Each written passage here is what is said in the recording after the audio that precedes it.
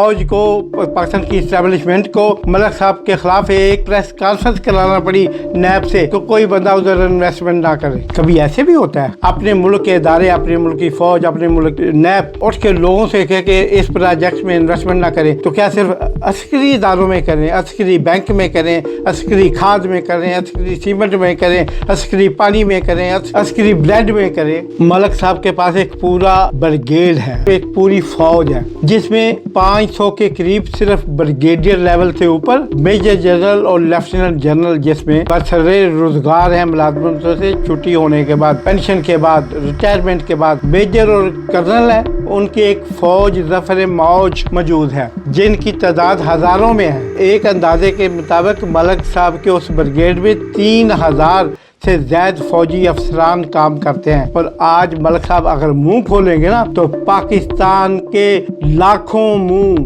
کروڑوں منہ یقین کیجیے گا ایسے لٹک جائیں گے. بندری کے پاؤں جلتے ہیں نا تو اپنے بچے بھی نیچے رکھ لیتی ہے. جب ملک صاحب کے پاؤں جلیں گے نا تو پھر بچیں گے آپ بھی نہیں. بلاول ہاؤس لاہور بھی بنا, جس نے دیکھا ہوگا اس کی عقل دنگ رہ جاتی ہے. اور بھی بہت کچھ بنا, ملک سے باہر پراپرٹیاں, دبئی میں پراپرٹیاں زرداری صاحب کے نام کی گئی. شریف برادران کو اربوں روپے دیے, دونوں بھائیوں کو, ان بیٹی کو, بچوں کو, دمادوں کو ہیرے کی انگوٹھیاں اور یہ اور بڑا کچھ. ملک صاحب کیوں دیتے تھے؟ کوئی نانکی چک سی جلد دیں دے سن, اے نانکی چک سمجھ کے وصول کر دے سن. وہ خود کہتے ہیں کہ فائلیں ان لوگوں کی رکتی ہیں جو اپنی فائلوں کو پہیے نہیں لگاتے, اور میری فائلوں کو پہیے لگ جاتے ہیں اس لیے میری فائلیں چلتی نہیں بھاگتی ہیں. وہ باقی کا 9 ارب انہوں نے کس چیز کا دیا؟ وہ باقی کا 9 ارب ایڈجسٹمنٹ میں دیا. انہوں نے کوئی فیور دی ہوگی ملک صاحب کو پاکستان میں جس کے پیسے بعد وصول کیے گئے کہ جس دن ملک ریاض کا منہ کھلا پھر اور سارے منہ پہ ڈانٹ لگ جائیں گے. وہ جو تکا دے کے بوتل کو بند کرتے ہیں نا اس میں وہ تکے لگ جائیں گے. ملک صاحب کی وجہ سے آج پاکستان میں کروڑوں لوگ برسر روزگار ہیں. ان کے پاس ایک ملک صاحب کے پاس ایک پوری لسٹ صحافیوں کی, دانشوروں کی, کالمسٹ کی, آرٹیکل رائٹر کی, بک رائٹر کی, ٹی وی اینکرز کی, ٹی وی پروڈیوسرز کی, یعنی ہر بندہ جو منہ کھول سکتا ہے اس نے ملک ریاض صاحب نے اس کے منہ میں تکا رکھ دیا ہے, ڈکا لا دیا ہے. ملک صاحب کا ایسا کام ہے تو صحافیوں کا بھی تو اس سے 1000 درجے آگے برے کام ہے. یہ تو چند روپوں میں بک جاتے ہیں. السلام علیکم پیارے ناظرین, ویورز, آپ دیکھ رہے ہیں مطلوب ڈائچ آفیشیل اور میں مطلوب ڈائچ آپ سے مخاطب ہوں. آج میری ریسرچ ٹیم نے مجھے کال کیا اور کہتے ہیں کہ اولائی صاحب کچھ برننگ ایشو ہیں جن پہ آپ بات کریں. تو میں نے کہا جیسے, تو کہنے لگے کہ وہ ملک ریاض صاحب والا ایشو بہت آج کل ہے, تو اگر آپ اس سلسلے میں کچھ ولاگ اچھی باتیں بتائیں, ہمارے دیکھنے والوں کو, سننے والوں کو اچھی باتیں بتائیں, اور اگر کچھ فیکٹ اینڈ فگر اس میں ہیں آپ کے پاس تو. میں نے کہا یار بات تو آپ ٹھیک کر رہے ہو, کرنٹ افیئر پہ بولنے والا بندہ کرنٹ افیئر کے پہ ہی بولے گا. اب یہ تو نہیں کہ وہ کہ پنجابی میں کہتے ہیں کہ وہ جو وقت سے کام نہ آئے وہ چپیڑ اپنے منہ پہ مار لینی چاہیے. اگر آپ نے وقت پہ مخالف کو نہیں ماری تو بعد میں اگر آپ کو یاد آئے کہ مجھے مارنی چاہیے تو خود کو مار لو. اچھا, یہ مثال آپ نے ضرور سنی ہوگی. تو اس کے مساضے کی میں نے اچھا ٹرائی کرتے ہیں. تو جناب بات ہے اس طرح ہے کہ باتیں بہت ہی کرنے والی ہیں, ساتھ ساتھ ہوتی جائیں گی. ملک ریاض صاحب سے میری پہلی ملاقات ایک اتفاق کا باعث بنی, اور وہ یہ تھی کہ میرے ایک دوست کی بیٹی کی وہ شادی تھی, تو وہ ملک ریاض کے بیٹا سمجھ لیں, وہ بھانجا سمجھ لیں, اس کے ساتھ طے پائی. اور اس پہ مہندی والے دن آؤٹ آف فیملی صرف مجھے بلایا گیا اس دوست کی فیملی کی طرف سے. تو ہم اس میں گئے اور ملے گلے, بیگم ملک ریاض صاحبہ سے بھی ملاقات ہوئی. اچھی خاتون, عزت کرنے والی, عزت دینے والی مہمانوں کو, اور سارا کچھ ان کے وہ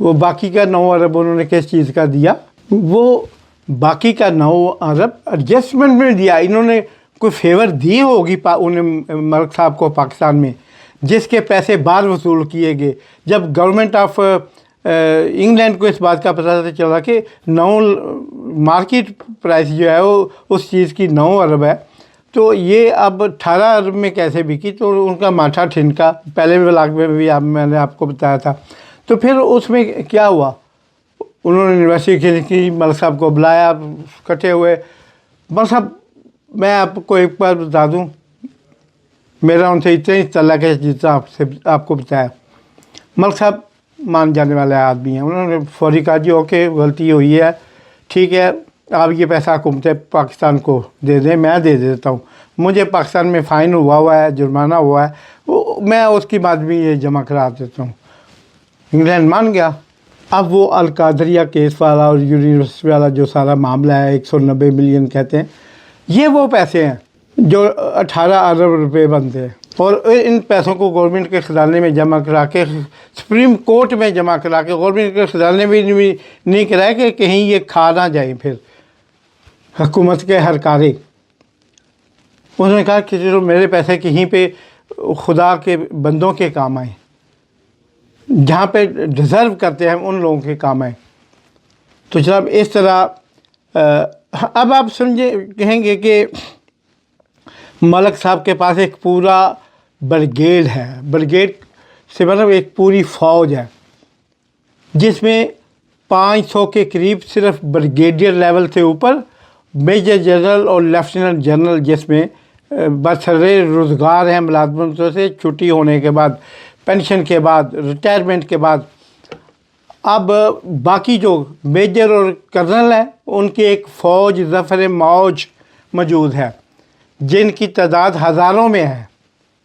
یعنی ایک اندازے کے مطابق ملک صاحب کے اس بریگیڈ میں 3000 سے زائد فوجی افسران کام کرتے ہیں، جن میں 500 کے قریب میجر جنرل، لیفٹیننٹ جنرل اور بریگیڈیئر شامل ہیں. تو کیا یہ فوج کے اندر اور باہر ایک تصادم نہیں ہو رہا؟ اور دراصل یہ کراچی بحریہ ٹاؤن سے معاملہ چلا جب زرداری صاحب بیچ پہ آئے اور اب پرانی زمین ورانے میں لے کے ملک صاحب سے، اور یہ شہر وقت کے قریب والی زمین انہیں الاٹ کی گئی، اس کے بدلے میں بلاول ہاؤس لاہور بھی بنا. جس نے دیکھا ہوگا اس کی عقل دنگ رہ جاتی ہے. اور بھی بہت کچھ بنا، ملک سے باہر پراپرٹیاں، دبئی میں پراپرٹیاں زرداری صاحب کے نام کی گئیں. شریف برادران کو اربوں روپے دیے، دونوں بھائیوں کو، ان بیٹی کو، بچوں کو، دمادوں کو، ہیرے کی انگوٹھیاں اور یہ اور بڑا کچھ. تو یہ ملک صاحب کیوں دیتے تھے؟ کوئی نانکی چک سی جلد دیں سن کہ اے نانکی چک سمجھ کے وصول کر دے سن؟ نہیں، وہ نانکی چک نہیں تھا. انہیں بھی، لینے والے کو بھی پتہ ہوتا ہے کہ مجھے بلا ضرورت جو چیز مل رہی ہے اس کے پیچھے کچھ مفادات ہوں گے، اور اس مفادات کے تابع ہو کے انہوں نے ان کے کام کیے.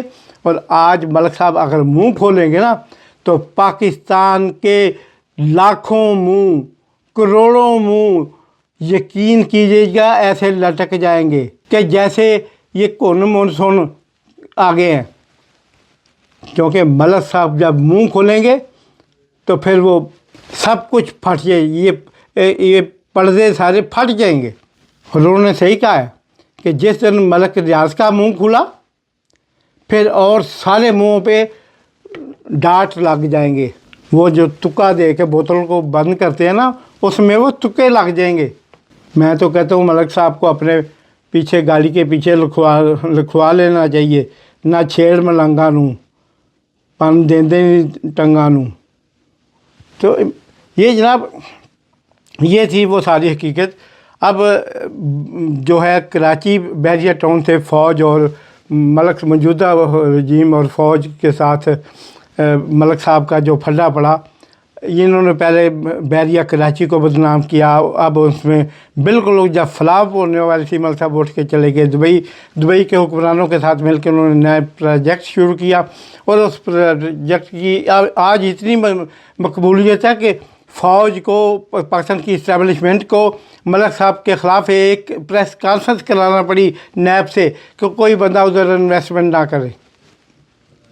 کبھی ایسے بھی ہوتا ہے اپنے ملک کے ادارے, اپنے ملک کی فوج, اپنے ملک کی نیب اٹھ کے لوگوں سے کہہ کہ اس پروجیکٹ میں انویسٹمنٹ نہ کریں, تو کیا صرف عسکری اداروں میں کریں, عسکری بینک میں کریں, عسکری کھاد میں کریں, عسکری سیمنٹ میں کریں, عسکری پانی میں کریں, عسکری وہ جو ہیں ذریعہ دعائیات ان میں کریں, عسکری وہ جو ہیں کارن فلیکس ان میں کریں, عسکری بریڈ میں کریں.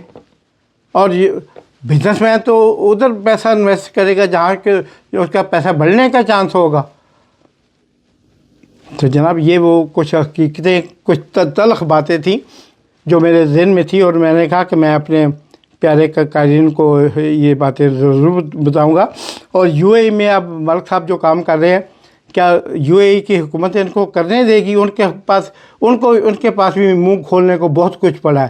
جب وہ یو اے ای کی گورنمنٹ, دبئی کی گورنمنٹ, ابوظہبی کی گورنمنٹ, شارجہ آلین کی گورنمنٹ جب بولیں گی نا, تو بہت سو کی پینٹیں جو ہیں نا, پتلونیں, وہ اس وقت گیلی ہو جائیں گی. اس لیے آپ اس کو نہ چھیڑیں. اگر آپ نے لیا ہوا ہے, کھایا ہوا ہے, تو نہ چھیڑیں, ورنہ ملک صاحب کو نکلوانا آتا ہے. جب آپ ان کو چھیڑیں گے نا, وہ جو کہتے ہیں نا کہ جب آپ کے پاؤں جلتے ہیں نا, تو بندری کے پاؤں جلتے ہیں نا, تو اپنے بچے بھی نیچے رکھ لیتی ہے. جب ملک صاحب کے پاؤں جلیں گے نا, تو پھر بچیں گے آپ بھی نہیں. دیکھتے رہیے مسرور بلائچ آفیشیل. اسے لائک کریں, سبسکرائب کریں, دوست احباب کے ساتھ شیئر کریں. پاکستان زندہ باد.